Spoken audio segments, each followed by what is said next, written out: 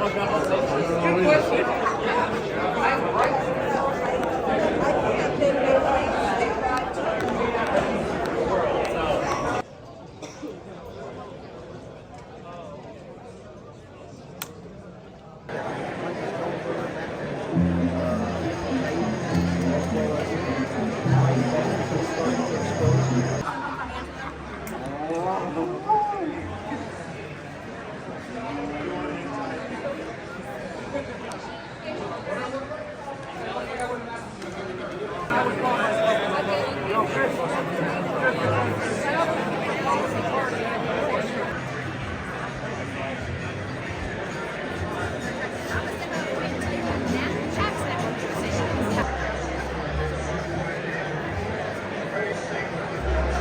The delegates left.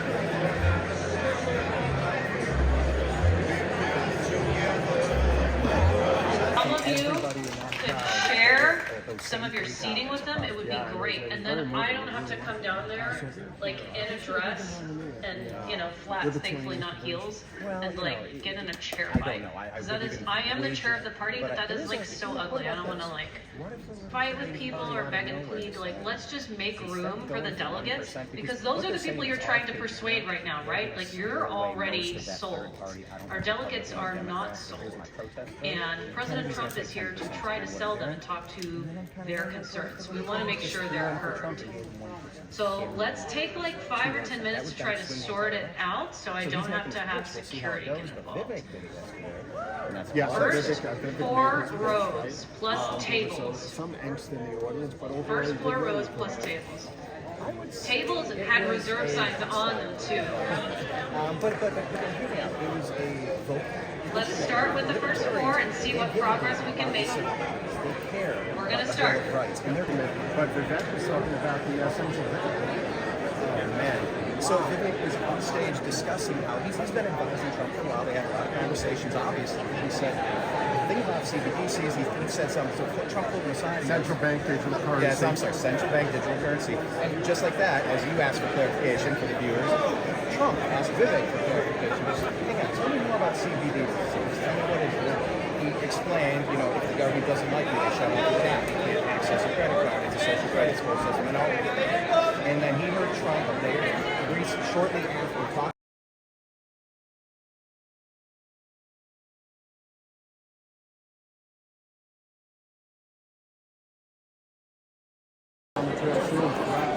Seasoned sirs, we are going to pull some of the tables in the front, not all of them, so that we can add more chairs. So will you lose your table? Yes, but it doesn't mean you will lose your seat. And then we're going to put more seats in so that we can accommodate more delegates in the front of the room. So please bear with us. We're not kicking you out of your chair per se, but we are going to take your table away in a little bit so that we can make room for more people.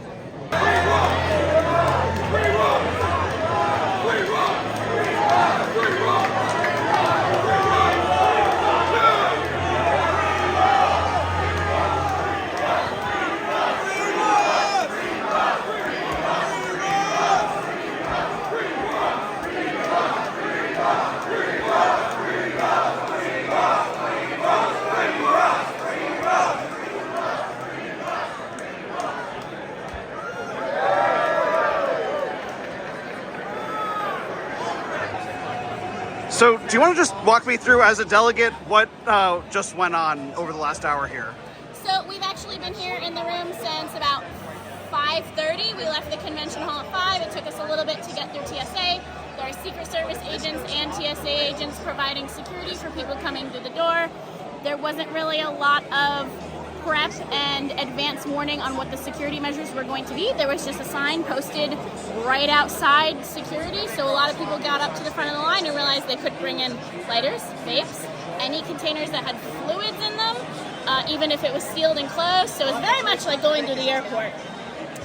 Once you get through security, we found that the room, in the front section of the room, was halfway filled with Trump supporters, which was kind of disappointing to some of the delegates who were assured by Angela McArdle before we left the convention hall that delegates would get preferential seating since it is our convention. And here we are. It is now 7:33, and there are still probably multiple dozens of delegates, not only standing on the sides of the room trying to find seating, but there's also delegates outside trying to get through security still. And Angela McArdle did ask the first 4-row Trump supporters to move so that delegates could seat. Some had pushback, some moved voluntarily, but there are still lots and lots of delegates that haven't been seated, and we are less than 30 minutes from when Trump is supposed to speak. What would you have them do? Do you want more space, or? So the back half of the room doesn't have any lights for some reason, and it is almost completely empty. I think that the front half of the room, where the stage is, should have been reserved for delegates, and the second half of the room should have been reserved for guests of Trump. How have the Trump supporters themselves been behaving since arriving here? It seems like the demographic is young, white, upper-class Republicans and Trump supporters, so they're all very immature. I wouldn't even say that half of them are legally able to drink, and it seems like they don't really have a strong grasp of Trump's actions during his previous presidency and the economic downfall that came from that. So they're pretty immature. It's like going to a frat party.